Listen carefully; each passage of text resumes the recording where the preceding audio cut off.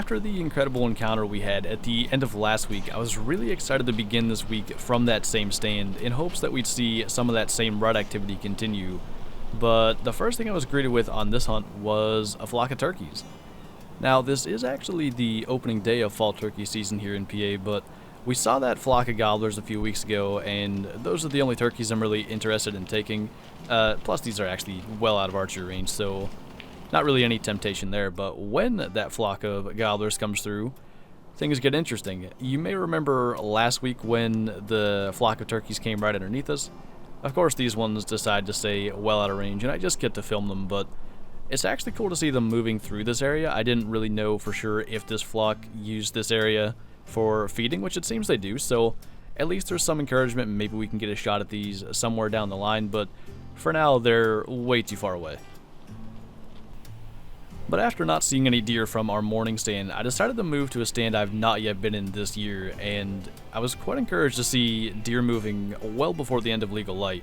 Now, of course, we only have a buck tag remaining, so the hope is that one of these does ends up being in heat and getting a buck on her trail, but either way, it's a stand I can keep in the back of my mind, because with these does coming out with plenty of legal light, it's only a matter of time until a buck makes a daytime appearance.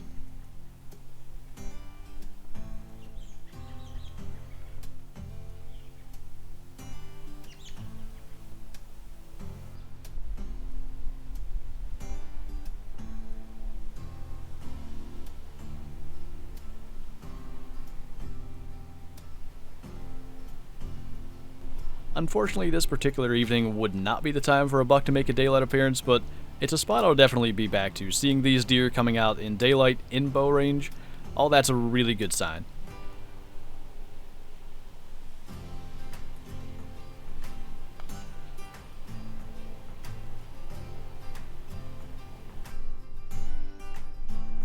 Things would get kind of interesting on a Wednesday evening hunt, and on a hunt where I thought nothing was going to happen, just before last light, deer finally started showing up, and some does up the hill got this buck's attention, and eventually as he works his way up there, I realized he's not the only buck in the area.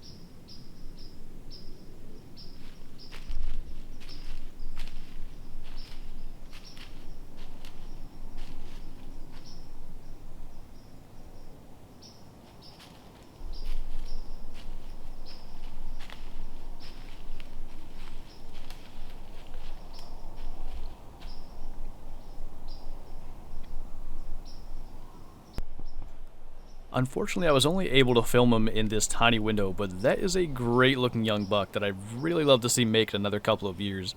So it was encouraging to actually see that from this spot, as this stand has produced nothing for me so far this year. The morning of November 8th would bring snow, and with it a bit more buck activity than we've been seeing throughout the week, so I was really hoping once again back in the spot where we saw the 8-point that something may happen, and it was a good sign early to have these bucks moving.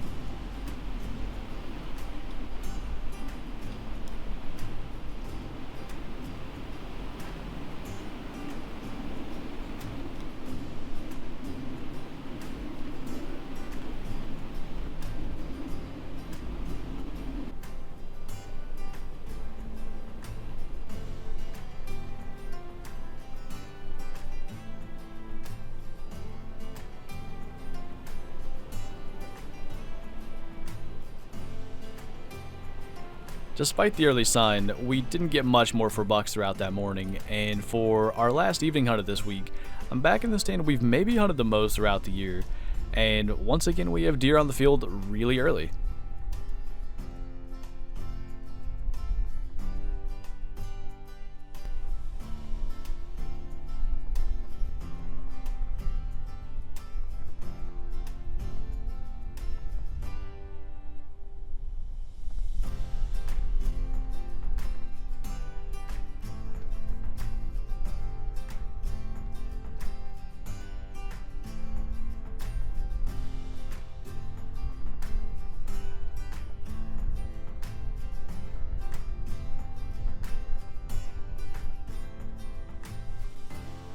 And it's much like before, we have mature does on this field well before dark, and it's only a matter of time before a buck makes a daylight appearance to come and check them out.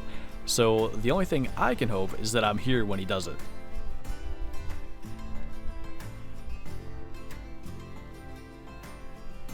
And of course, as always, I know I sound like a broken record, but be sure to check out Meat Hunters here on YouTube. There's a link in the description as well as a clickable link on screen at the end of the video.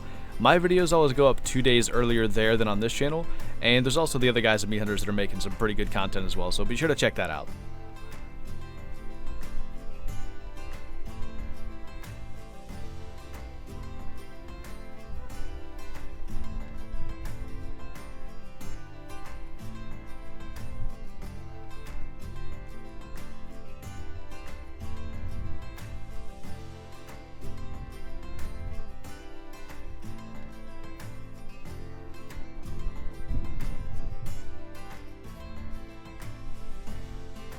But once again, we watched the sunset on another week of archery season from Archery Stand, and despite the slow start to the week, things did heat up throughout, so at least there's a bit of encouragement in that.